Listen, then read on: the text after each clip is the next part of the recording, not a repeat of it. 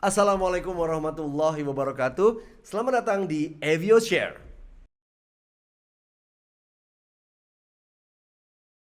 Di episode kali ini adalah sambungan dari episode sebelumnya tentang 8 langkah yang bisa Anda lakukan untuk mengatasi rasa takut dalam berbicara di depan umum, atau 8 steps to overcome your fear of public speaking. Dan yang ketiga adalah practice, practice, practice. Gak ada seorang yang ahli tanpa berlatih. Itu suatu hal yang niscaya terjadi, nggak mungkin terjadi. Ya, orang-orang yang Anda lihat nyaman di panggung itu sudah melewati ribuan, ratusan jam terbang dalam berbicara di panggung.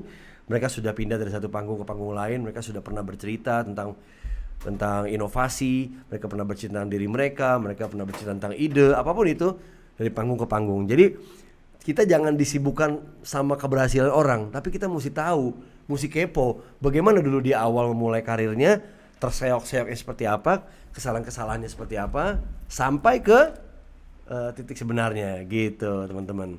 Ya. Dan seperti kata orang terkenal, repetition is the mother of skill. The mother of skill, namanya ibu itu yang paling mahir ya.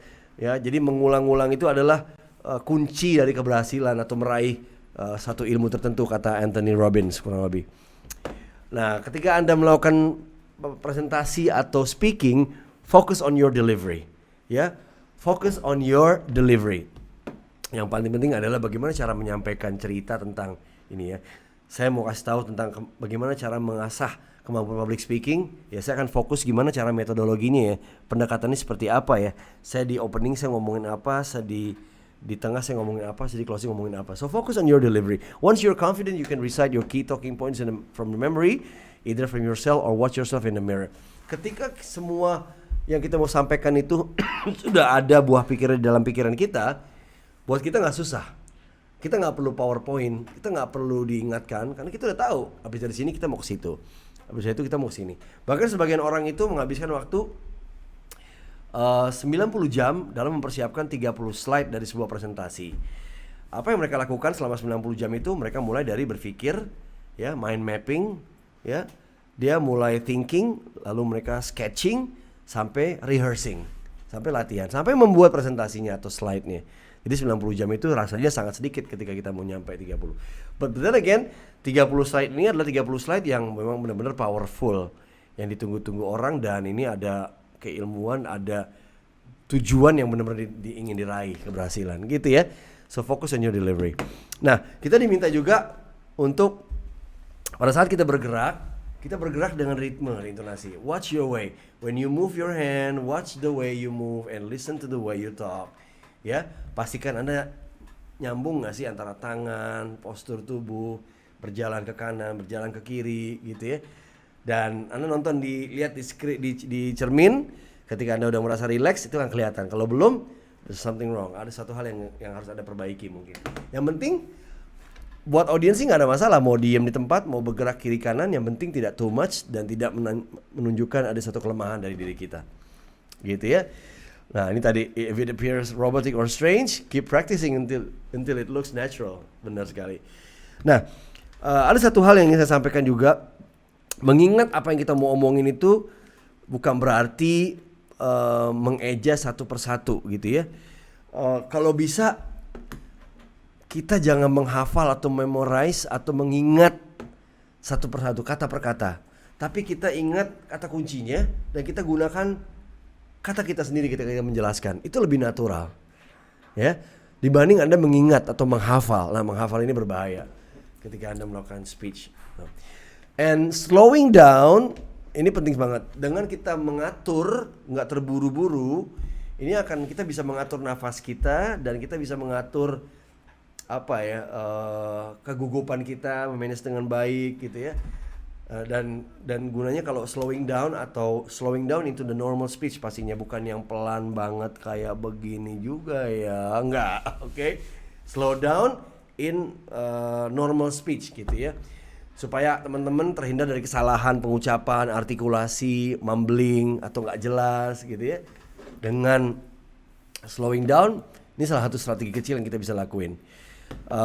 Kata Ralph Waldo Emerson bilang, the most precious things in speech are pauses, katanya. Bisa aja ya yang satu ini ya. Yang paling berharga dari sebuah pidato atau omongan adalah pada saat lagi berhenti ngomong, pause. So sometimes you need to make pause. Ketika lagi menjelaskan suatu hal yang penting banget, yang butuh berpikir, audiens butuh menganalisa dan butuh mencerna, ya, Anda bisa ngelakuin pause. Anda bisa bayangkan Bapak dan Ibu, utang negara kita yang katanya kaya dengan berbagai sumber daya alam, kita memiliki utang 7.000 triliun. Saya pause, diam. 7.000 triliun. Subhanallah, 7.000 triliun tuh gede banget uangnya. Dan dengan saya berhenti, orang jadi mikir, oh my god, 7.000 triliun banyak banget uangnya, utang kita gitu ya. Kita utang 1 triliun aja gede. Utang pribadi 1 juta aja kita kalau punya utang gak enak ya. Pengen kita bayar gitu ya. Tapi ini utang negara 7.000 triliun. Ini sebuah contoh saja gitu ya. Jadi pausing is also important. Slowing down. Use your gestures appropriately. Pakai body language senormal mungkin, jangan terlalu berlebihan. Karena dalam ilmu komunikasi, ketika kita berbicara, kita harus didukung oleh gerakan tubuh kita untuk memperkuat adanya kebenaran dalam apa yang kita omongin. Gitu. Nah, biasanya kita ngomong misalnya besar sekali di tangan kita, gede banget, kecil banget. Nah, ini kan mendukung dengan ekspresi wajah, dengan tangan. Ini mempercepat orang berpikir bahwa kecil banget ya. Utang Indonesia 7 triliun, gede banget. Tangan kita melebar, mata kita membelalak, wajah kita kaget, nada kita naik. Nah, itu namanya gestur. Nah, gestur ini adalah yang paling penting dalam berbicara, karena dari sisi keefektifan presentasi, gestur ini mempercepat sebuah pesan itu sampai, ketimbang kekuatan dari kata-kata maupun kekuatan dari tonasi atau tone, intonasi atau tone gitu ya. So be expressive with your hands and face and move around occasionally to complement what you're saying. Artinya gestur ini boleh Anda maksimalkan dengan baik. Sedikit tip dari saya, try to avoid continuous pacing to waving your hands around the whole time. It can be distracting. Jadi ketika Anda menggunakan tangan, jangan selalu continuous begini. Wah begini terus. Chapter 1 begini tangannya, chapter 2 begini. Sekali diam.